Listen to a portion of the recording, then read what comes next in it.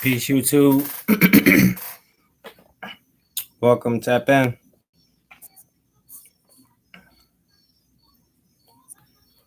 Tap in with me. We about to go live and discuss this.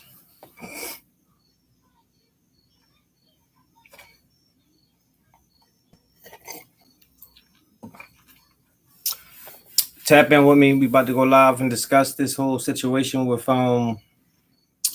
PMP Podcast and Fresh Prince CEO from the Fresh and Fit Podcast show. So I'm gonna wait for y'all to come in and join in.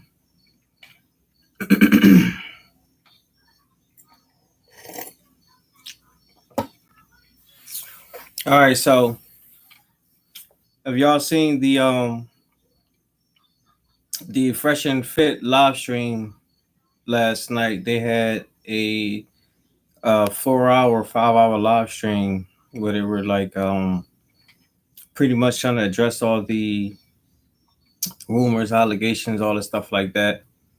They got to the point where now I believe it was at the 3 hour and 20 minute mark timestamp where they start talking about PMP podcast and whereas though Myron, who's the fit part of Fresh and Fit, Myron Gaines, he said that he's cool with PMP podcast because he had spoke to him I believe earlier that day and he showed him receipts which PMP podcast told him that he wanted to reveal him himself, but he said no, just wait for me to do it and then you can talk about it afterwards. So but he told him which PMP podcast said, he said that he was still going to report on it. He was going to try to do it from a objective view as possible, which he still did report on it. Some might say it was objective, some might say it wasn't. Sound like he was on, which he's still accused to this day. So like, give him credit for that. He stayed consistent.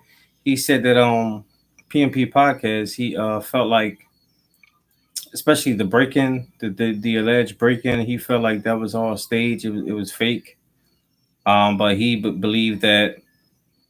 He also believed too, which I iterated too in my video I just posted earlier, that he believed that Myron approach was all wrong. He shouldn't be using his platform as leverage to get girls to get sex, and also that he believed that it was wrong for Nina Unrated, Miss Cheeks, and also Anna Quinn Fitness to withhold information to us, especially when they presented information to the internet, claiming Fresh and Fit to be more so Myron to be sexual predators when they didn't, disclose the full detailed text between the two. So we gonna dive right into it. So Myron, he said that he was still cool with PMP podcast, but Fresh, on the other hand, he was like, no, he not cool with him. He viewed it as a lot of other people viewed it. He felt like that PMP podcast, he wasn't objective at all. He felt like he was kind of like a lot of other people. He felt like that he was speaking more so against them without all the evidence, or more so, if Myron gave him the evidence, he I guess he felt hurt that what's going on. We called you. Myron called you. He showed you the receipts, and yet you still made a video talking smack about us, making it seem like we lying and all that stuff. So I believe that's where the angle that Fresh is coming from. Uh, you know, my thoughts on it is I actually kind of thought that he was, objective as possible. Now you can argue that on the part where as though like he said he didn't believe the whole breaking part was real.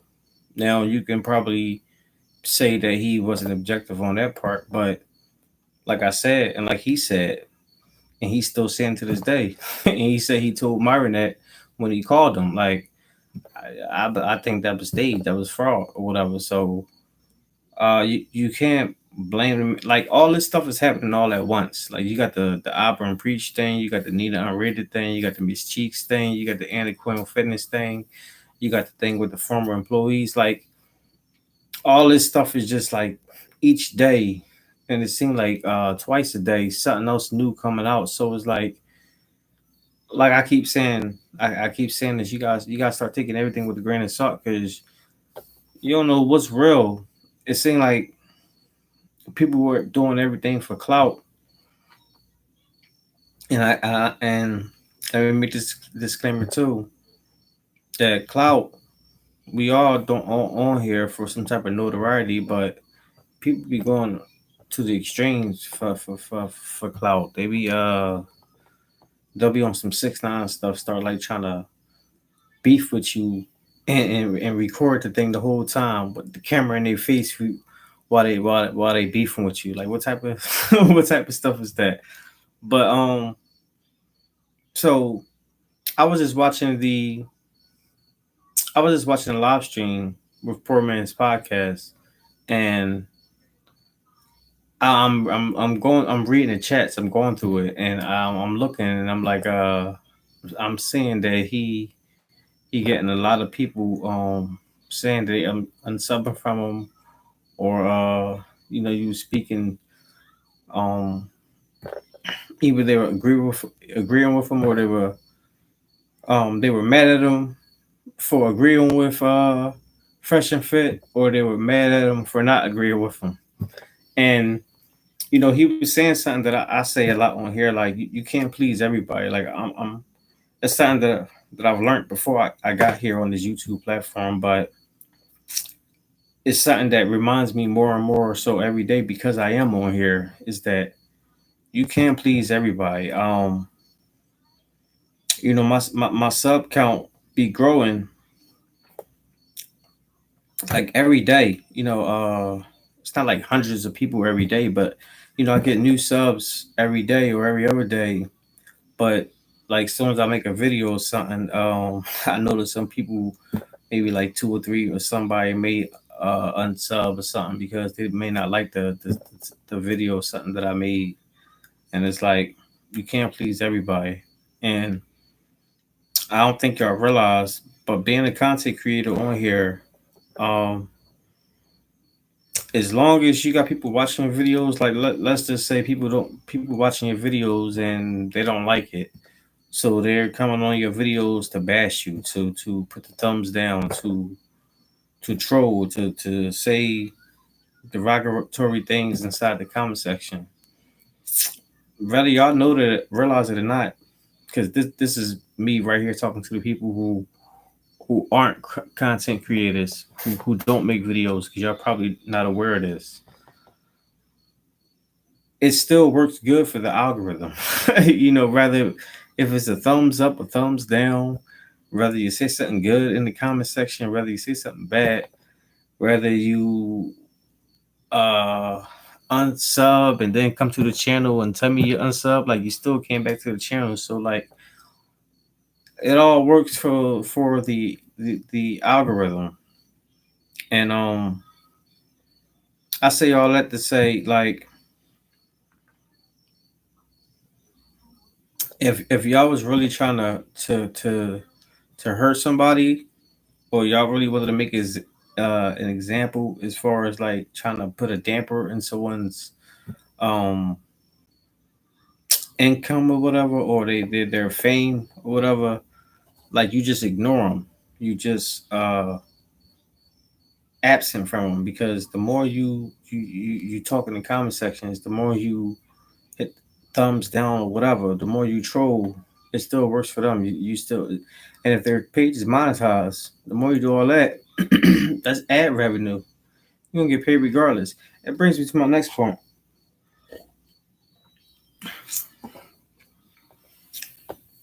I've noticed that Fresh and Fit, they subscriptions went down crazy. They had like about 430,000 subs. Now they got about 390,000 subs, like, which is basically about 40,000. They dropped 40,000 subs within a few short days. With that's a big number. But another thing which y'all may not realize is that subs aren't the things that we make money off of. We make money off the views. So all right, let's just say I got like, let's say I got 4,000 subs and someone got like 10,000 subs. Now, you would think that that person got more, will make more money than me because they got more subs than I do.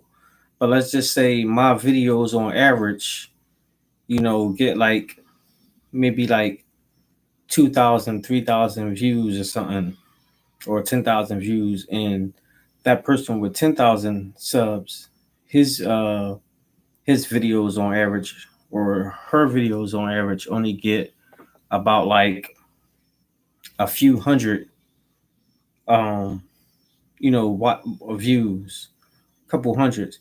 Well, I'm going to be producing way more revenue because of my viewership.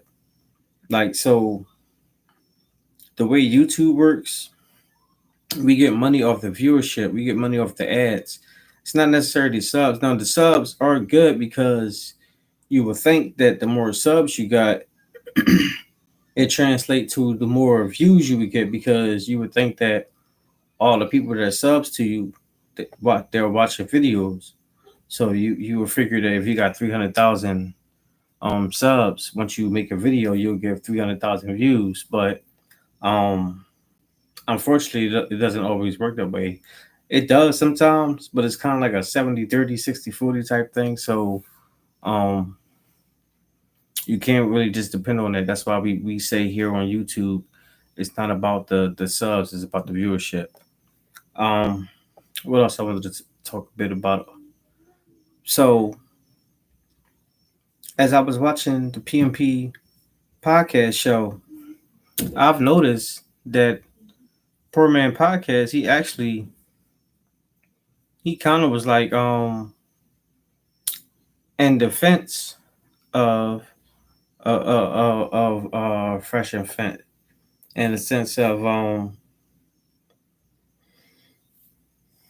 not in the sense of like he felt like they was right, because to be honest with you, it kind of sounded like PMP podcast. He kind of felt like everything that he was saying, or everything that I was. If you watch my videos the last couple of days talking about this whole fresh and fit thing, and if you watch Poor Man podcast videos, we kind of sound like the same thing as far as like our views on what they did was right or wrong, because they were right and they were wrong. Like, I don't, like I said, like, I'm not looking at it from a perspective of him playing like that Bill Cosby, R. Kelly, Weinstein role, because that's what it seemed like they're trying to portray it as.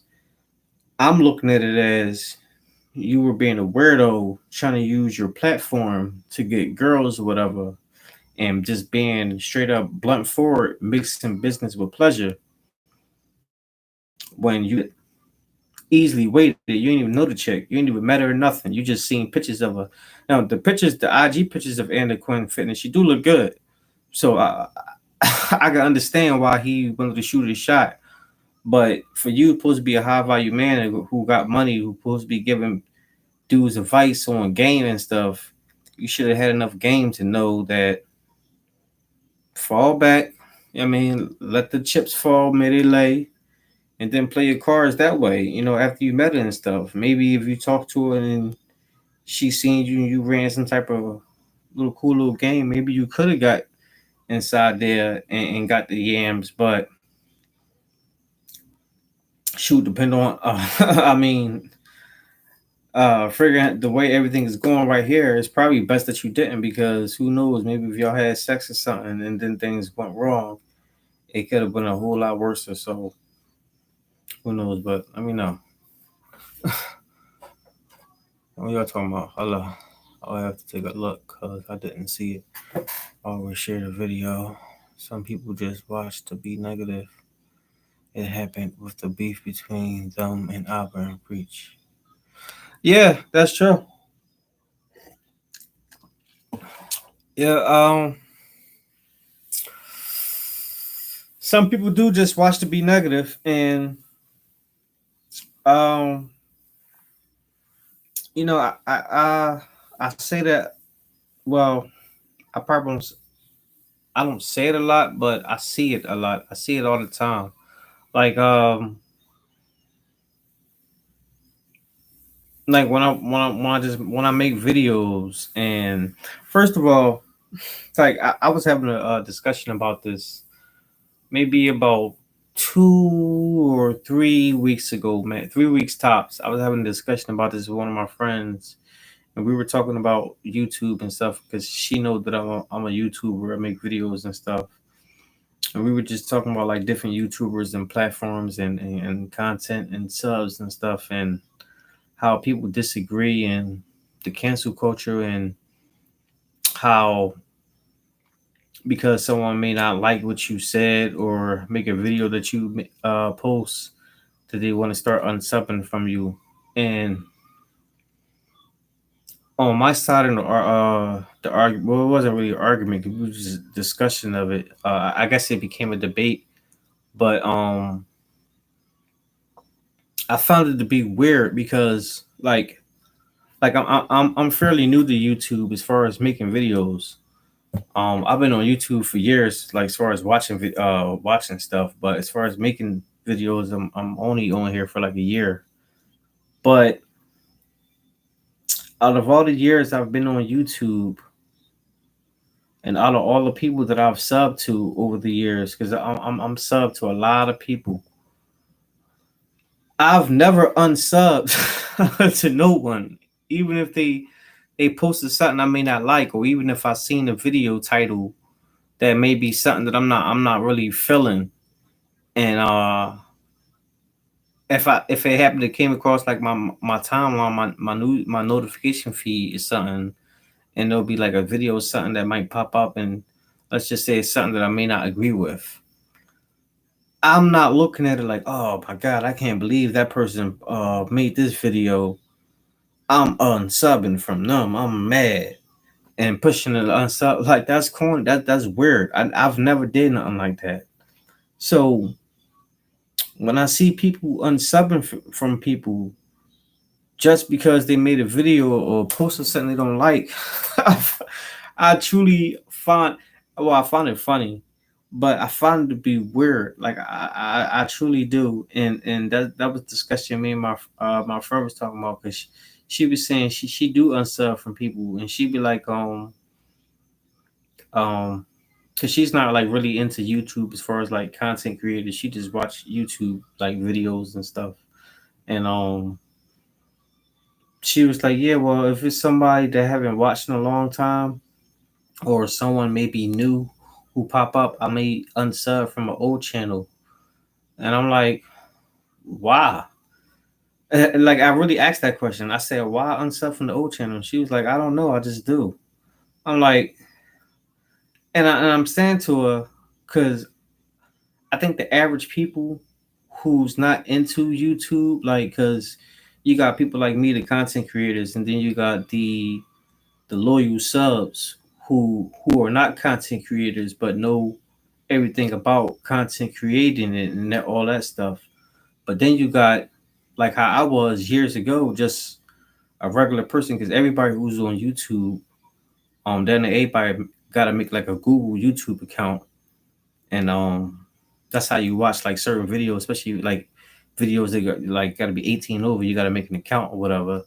So like you got those type of people like that, and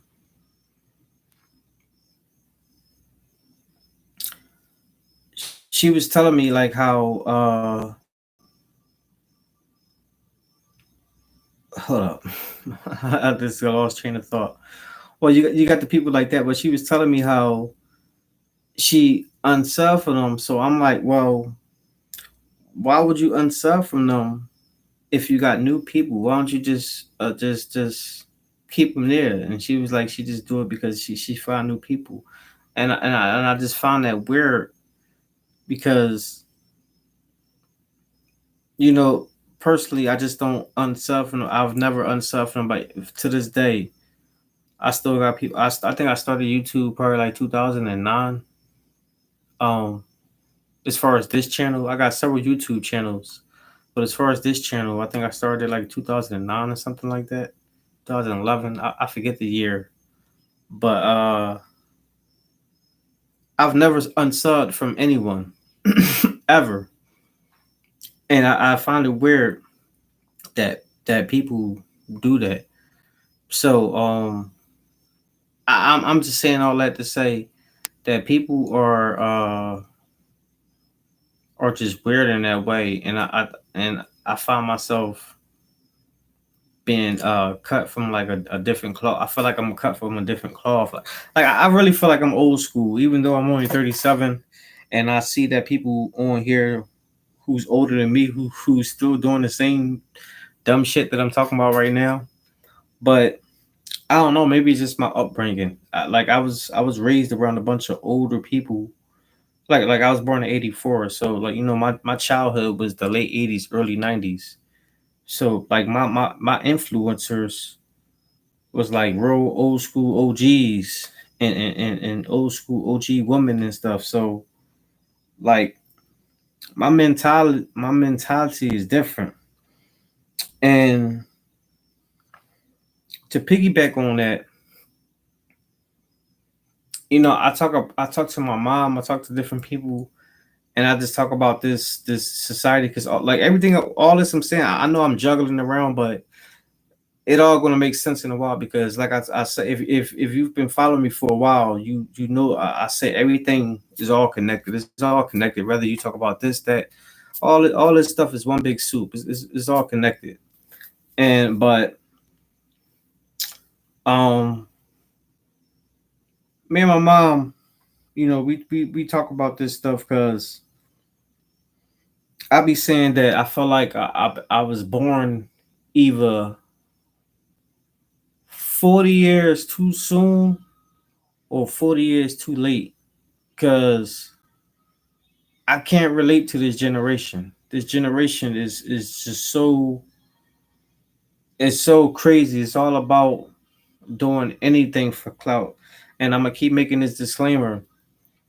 Everybody on here on YouTube, everybody who's on here making these videos and stuff, in some shape or fashion, is for clout. We all doing this for some type of notoriety. Like that's that.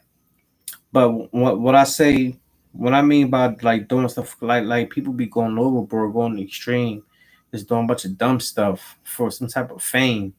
Like it's really that important to be known, to be famous, and I'm not really exempt. You know, I grew up,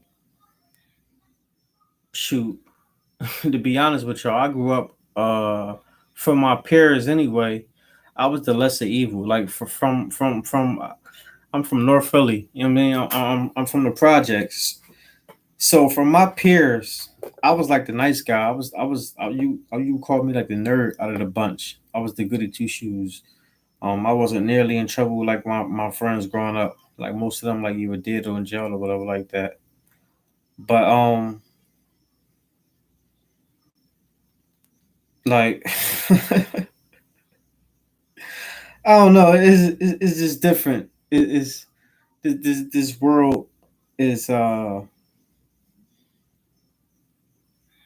is different from what I used to from what I'm used to seeing, and all this stuff about clout it's just weird because like I was saying, like I ain't no different. I grew up wanting the clout. I grew up wanting the fame, the notoriety, and all that stuff. But as I'm getting closer to 40, I'm starting to realize that I think it's better to make your money, make your your bread and everything, and live in the shadows. because the more people know you, the more your name is out there, the the more people can expose you, the more people can bash you and all this stuff, the more allegations and all this stuff. Like look at Myron. Up until a few days ago, not a lot of people knew that he worked for the FBI or the federal or worked in federal law enforcement. I mean, not necessarily been the FBI, but he worked for the feds. So and with them being who they are, like I didn't even know that they just started getting popping last year, and already they had over 400 and something thousand subscribers. That's amazing in itself. So I can see why that type of fame blew up in the head, because with those type of subscribers and with those type of viewerships, because like I said, it's not really about the subscribers, it's about the numbers of the views of your videos, and their numbers get crazy views. So they make a lot of money on this YouTube stuff. Um, like per month, I make okay on YouTube, and I don't get not nearly as many views as they get. So I can't even imagine how much money they make. So yeah, I can see where that can be a ego booster. And then them they living in that bubble in Miami, that nightlife, where it's kind of like I said before. In my opinion, I think Miami is the closest thing in America to Dubai, and that's even more so than Vegas. I think Miami, the Strip, the nightlife, um, is always who's what. I think that's like the closest you can get to being to like Dubai, and they're living that lifestyle. So with them being inside there and blowing up as fast they did only within a year, like they head is like out here somewhere. So and they young. Well, they're not really young, but they're young in the sense of being young in this game, and being young to making loads and loads of income. So yeah, they're gonna mess up, they're gonna do a bunch of dumb stuff. But this is no excuse for them. Like they gotta own up to all that. I think they gotta own up to it, they gotta eat it, they gotta learn from this, they gotta grow. Uh if anybody else gonna get in trouble for doing all this stuff, then they should too. And I don't, like I said, I don't think the trouble is with them being sexual harassers and all that stuff. I think the trouble is in just being corny in your game, being trying to use leverage on it, trying to school game to men on how to do certain things, but uh you kind of like doing it a little different secretly in DMs and stuff like that. So I mean, just a lesson learned. I think they're gonna learn from this prayerfully. Who knows? Because some people still do the same dumb stuff. I just look at it from my perspective. Me personally, I try not to make the same mistake twice. Not to say that I'm not gonna mess up again, but if I do mess up, I try not to let it be that the thing that I messed up from before. It'll be something else that I've had to learn from and grow from. So um, I'm hoping that they can use this as a tool to learn. Let's see what y'all saying.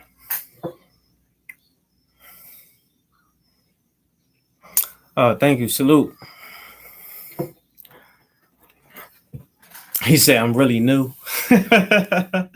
Yeah, I'm real new on here. I mean, as far as making videos, but you know what though? I tell you a secret. I'm not really new on here to making videos. Um, I'm new on here making videos as far as doing what I'm doing now because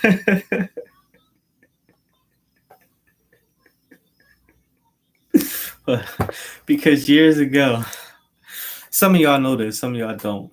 I don't know who watching who may not see this video right now, but for those who y'all who've been subscribed to me from the beginning, know that I used to be a dancer back in the day. I used to break dance, and the funny thing about it is, I was fat. I was real fat. I was like 300 pounds.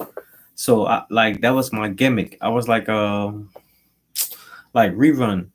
Like one of them fat boys who lock and then doing all that stuff, breakdancing. So this this was like in the early 2000s, like 2001, 2002, and all that stuff. And then like when YouTube came out, like 2004, 2005, then we started recording like 2006, 7. But yeah, we had an old YouTube channel for my dance group back in the day, and this was like right before YouTube started the monetization program. It's so funny. Like, had I known that you start making money from YouTube videos, I would have kept it going back then. From like 2007, who knows? I probably would have been a millionaire by now. But and the ironic thing about it is, my old dance videos from my old page is still here on YouTube. I can't access it. Like, I can't log into it, nothing, because I don't remember the login, the email, the password, or nothing. But YouTube still got it on here. I got a lot of videos, and I was like real big too. It's crazy, but yeah. So I'm not really new to YouTube, but I'm new as far as doing all this stuff and getting paid for it. So uh that's what I mean. But uh Fresh, Fresh Prince CEO, he feels some type of way about Poor Man Podcast. He felt like that Poor Man Podcast kind of like betrayed him, disrespected him because he knew the situation and you still made a video, making it seem like that we were frauds and we making stuff up. Shoot, that's the game. And it's so funny. Just like what Myron and Fresh said about Anna, about gotta being able, because you're a content creator, that there's an invisible rule that we all sign, that says that you gotta, because you're a public figure, that you gotta be able to take criticism. Same thing goes for him too. Like, that's how you gotta look at it. Like, see, I, one thing about me, I try to be fair. Like, I try to look things like straight to the middle. Like, you might see me one day and you might like say, "Oh, damn, he might sound like he's cool with that person." Then the next day, something going on or whatever, and you be like, "Oh, damn, I thought you was cool with that person." Then you talking crap about him. I try to hold people accountable. Although I'm in the manosphere, although I'm in the red pill community, fear is fear. Like, I say this to people all the time. I argue with people about this all the time, because when it comes to these things, for real, it's not about man. It's not about women.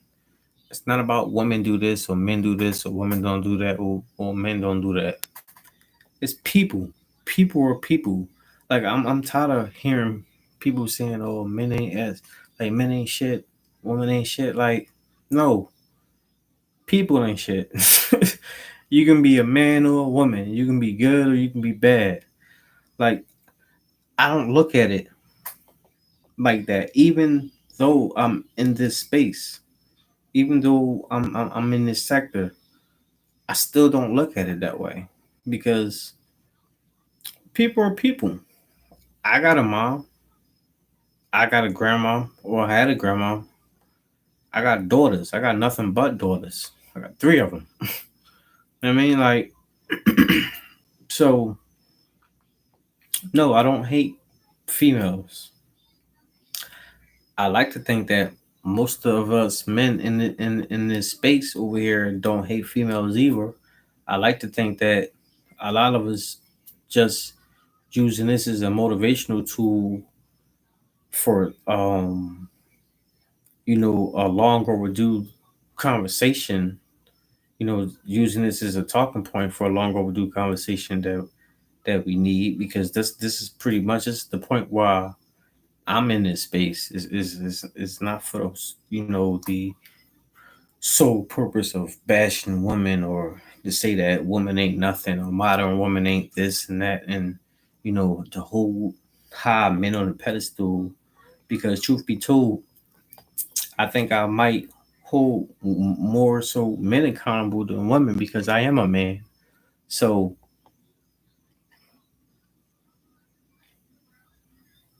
when I see these things, when I see men not even trying, I get upset, because I'm like, bro, like, you making it look bad for the rest of us. Like, we already got it. It's already a stigma against us, and you ain't even trying.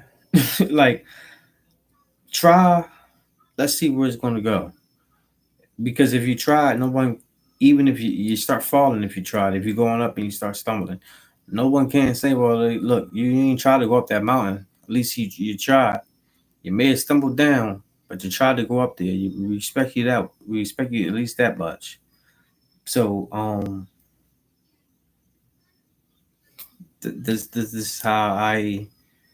This is pretty much how I try to go about my life, go about my daily routine, go about. I try to um be objective as possible. Now, one thing I am trying differently, that I guess you can say is a negative or a positive, depending on which way you look at it, is back in the day I used to be too effing nice. I too um like a naively optimist, just being too optimistic. And um I can't even say I'm trying to change that, because it's not really a try. It's actually just life experience. I live my life through experience and turmoil. That's how I learn. And this is something that I notice that I talk about more and more so every day, especially with my daughters. Most of the things that I've learned, things that stuck with me throughout my lifetime, is things that I've messed up on, and I learned from them not to do it again. Like I said, I said this a few minutes ago. I try not to make the same mistake twice. See, I try to stay consistent. Like everything, I might jungle all over the place, but it's all going to add up. At the end. But so I learned through getting messed up, through getting roughed up, through being in the trenches. Like and this is not a bragging point. This is not a boasting point. Be honest with you, if I, at the times me learning things and all that stuff, if I had the choice, I would have told you I would have been able. I wish I could have learned it the right and traditional way, but that wasn't the way. God dealt the cards. That he didn't deal my cards that way. So I had to play the way the cards dealt to me, and everything that I've learned through fucking up. Because once I messed up, I'm like, all right, can't do that again. So how I'm gonna get it? So I try another way. All right, messed up again. All right, that ain't work. So gotta try it again. And I wish that I can say I was one of those people who learned stuff on the first try. I wish I can say that I was one of those people who learned things on the second try. Shoot, I'll be even happy if I told you that I learned things in the third, fourth, and fifth try. Truth be told, it took me about the sixth or seventh try to basically master things that I know now. And at the time, it would be embarrassing, but like I said, now that I'm getting older, I view things differently. The way I look at it is, as long as I learned it, I'm happy with that. I find peace and malice with things. And I'm still like that to this day. It takes me a long time to figure out how to do something, but I think my strong suit is I don't give up. Once I'm determined on trying to figure out something, I don't care how long it's gonna take me to get it. I'm gonna get it. I'm gonna let y'all in on a little secret.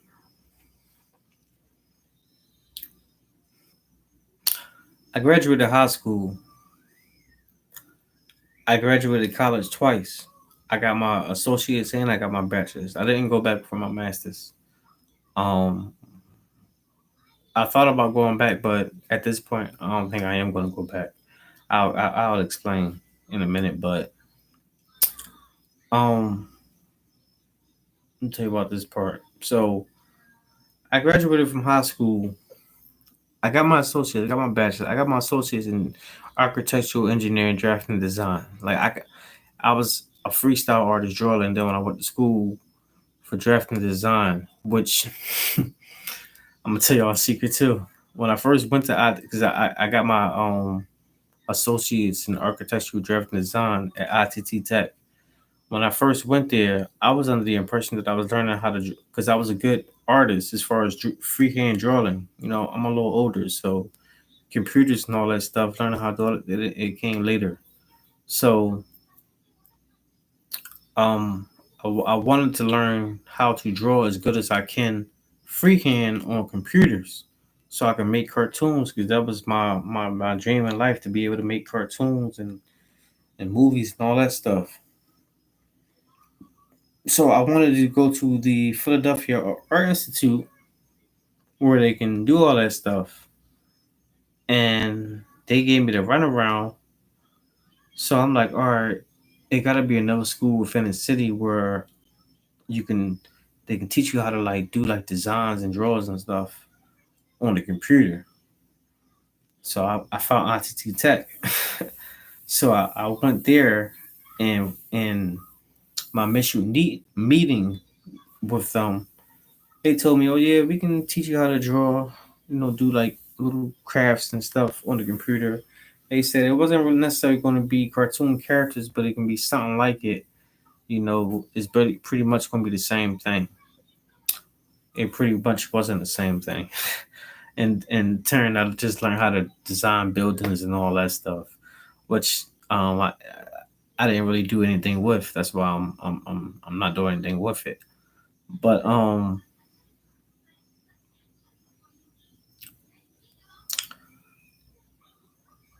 when I was there, I was struggling. I was struggling hard, but I didn't give up. I refused to quit. When I was in high school, I got left down 3 times.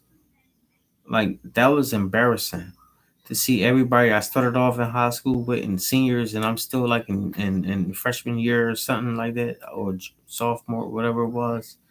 It's embarrassing, but I never gave up. Uh, those years, it was like 2001, like right before 9/11, all that stuff happened. They started like this program called Twilight Program, where it was kind of like you were doing school, but after school, you're not going to regular school. You're going at nighttime. So I signed up for that, and it was kind of like the program you catching up, like you doing like 8 semesters and maybe like 2 months, something like that. So it gave me a chance to catch up. Long story short, I was able to catch up with my graduate. I got left out 3 times, but about the end of my graduating year, which was supposed to be my graduating year, I was able to graduate with my class. Now, granted, I do got to make this disclaimer. I still had like 2 other classes I had to do, which I had to go to summer school for afterwards. But my counselors at the school at the time, seeing how I was so determined, how much behind I was back, and how I caught up so much, that they allowed me to graduate with my class because they just knew that I was going to go to summer school. They had faith in me that I was going to go, which I did go, and I ended up getting my diploma. So I went through all that to say that, you know, just not giving up is just something that's just not been something that I've been familiar with, because I've always been supposed to been the last person picked or whatever. Like I said, I grew up a fat kid.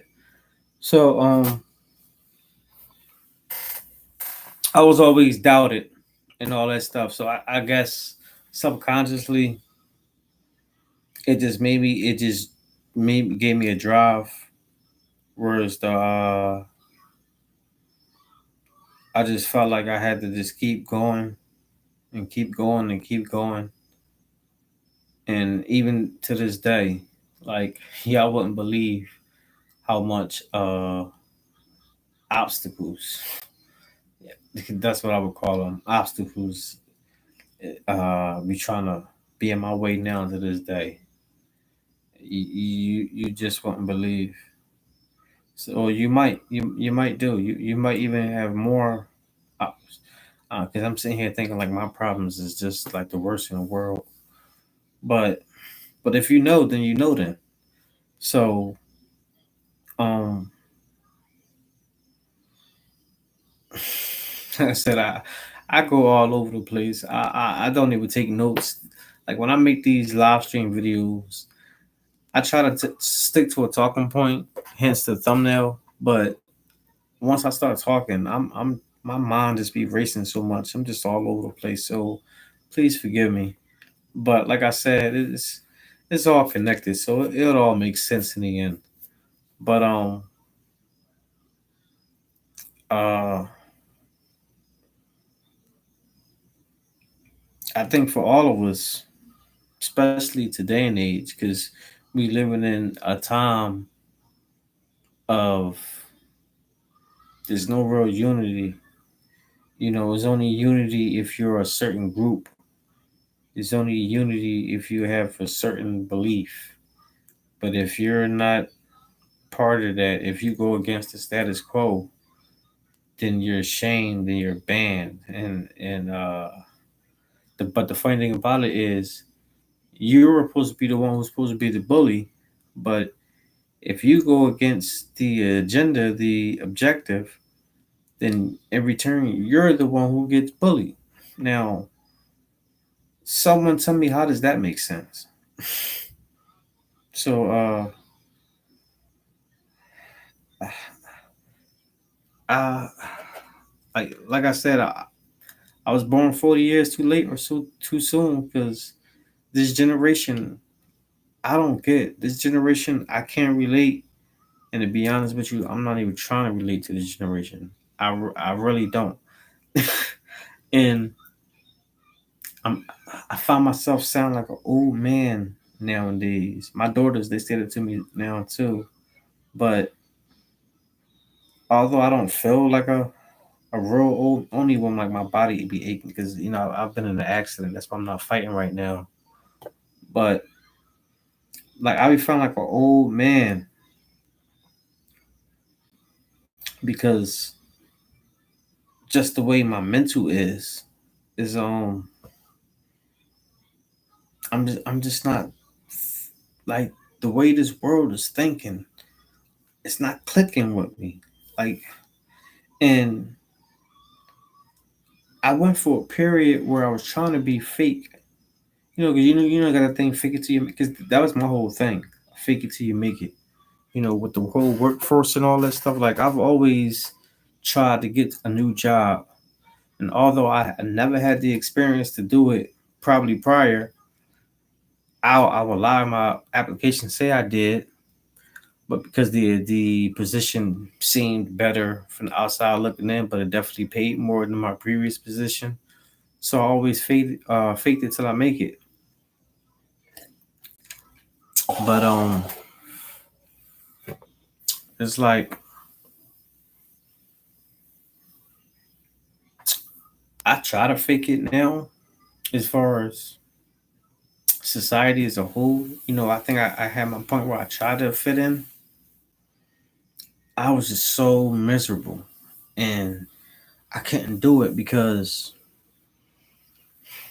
although I believe I'm a great actor, no, not great. I believe I'm a good actor. I believe that I got talent as far as acting goes. I think that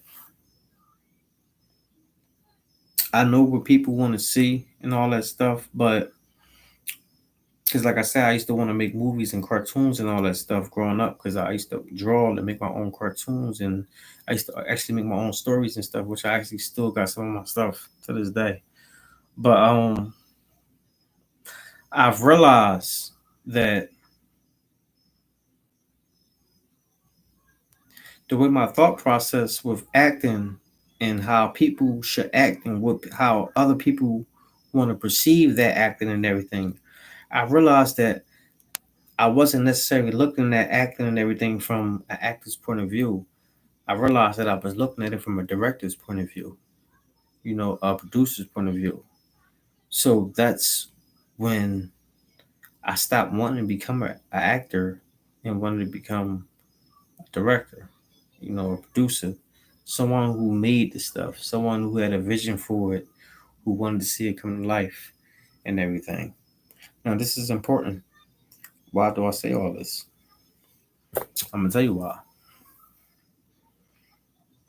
I say all this because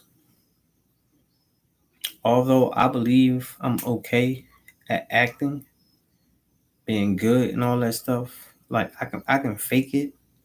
What black people, we got this thing called, y'all know, if you black watching, and if you white watching, please don't get offended. We love you, but it is what it is. We gotta do what we gotta do to make it to survive. We got this thing what we call white people interviewed voice. Whereas we change up our own voice. If we don't wear glasses, we may wear glasses, sit up straight, may wear a button up and all that stuff. Talk just a little bit more proper. Start pronouncing our E's and our R's at the end of our sentences just a little bit more, just so we can get the respect of white people, just so we can get the white people to feel just that much a little bit more comfortable being around us, because they feel like, oh, okay, cool. He's not like them, or she's not like that. They're with us. They're like us. So, us, we, it, it gets deep, and I can go on and on. You know, but I think the overall thing about this whole thing, and you can even take it back to the whole thumbnail, the point of this video, back with we're fresh and fit, and Myron and PMP podcast and all that stuff, and even take it down to Nina Unrated, Miss Cheeks, and all that stuff. Like, I think the whole thing is about integrity. you know,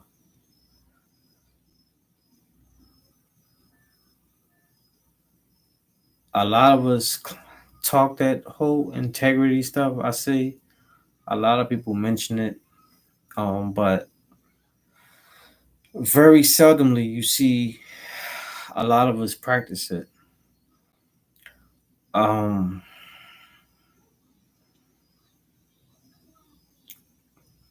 I feel like that's important. Integrity.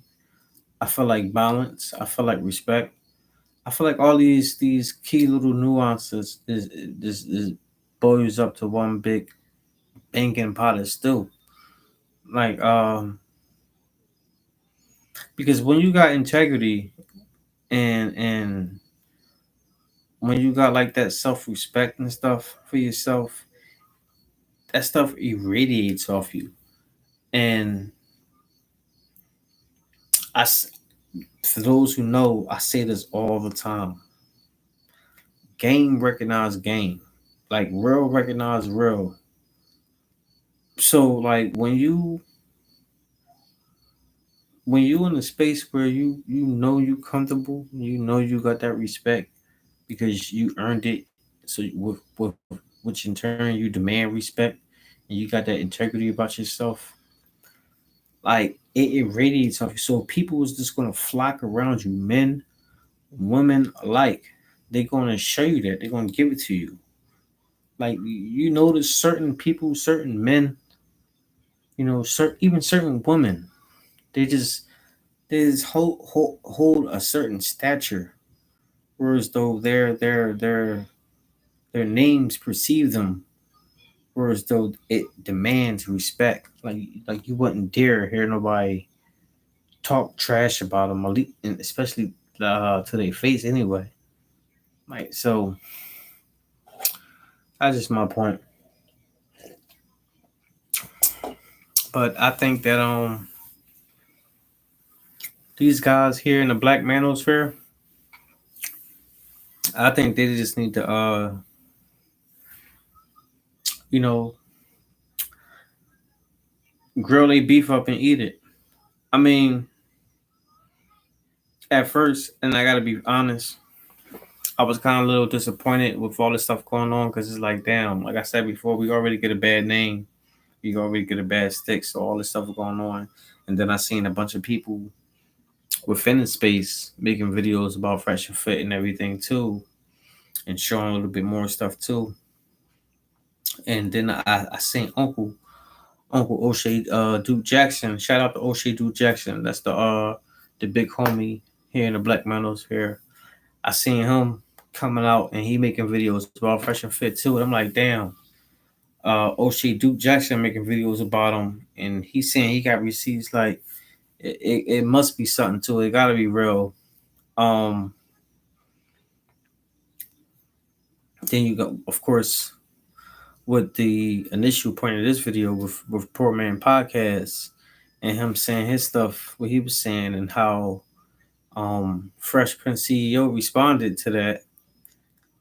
But at the end of the day, we're all in the same space. So we're all family. Now I say that to say because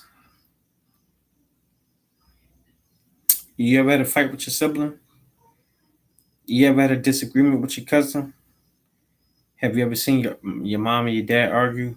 Have you ever seen your grandparents had a difference of opinions? Have you seen your cousins fighting over something? You have, right? Of course you have. I've seen it too. I've been in the mix of a few of those things. Family are not always going to see eye to eye. Eye to eye. We're not always going to agree. But I think the beauty about family is that holds family different from other people, or what you're supposed to anyway, is that regardless of what happened, at the end of the day, we can still come together and love each other and break bread because we're family, right? So I say that to say, I think at the end of this, regardless of what, we're all family. We're all in the same sector. We're all in the same space. Um, it may take some time. It may take quite a few bit of time, but I believe and I hope that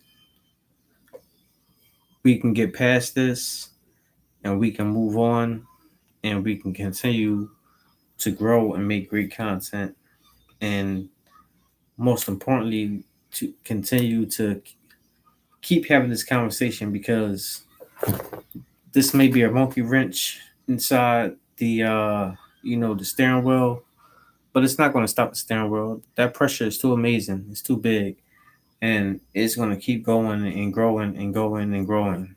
And like I said, the red pill community, we growing, baby. You know what I'm saying? Like, we out here. Shout out to the big homie O'Shea Duke Jackson, man. Like, that's my homie. And shout out to my homie.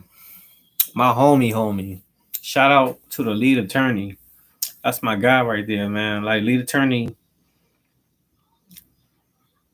he had me on his show a few times, and he helped my channel grow a lot. Shout out to MREC TV and the Earth Amina, aka Billy Fichette. They also helped my channel out a lot too. So um it's about collaborating and networking and communicating.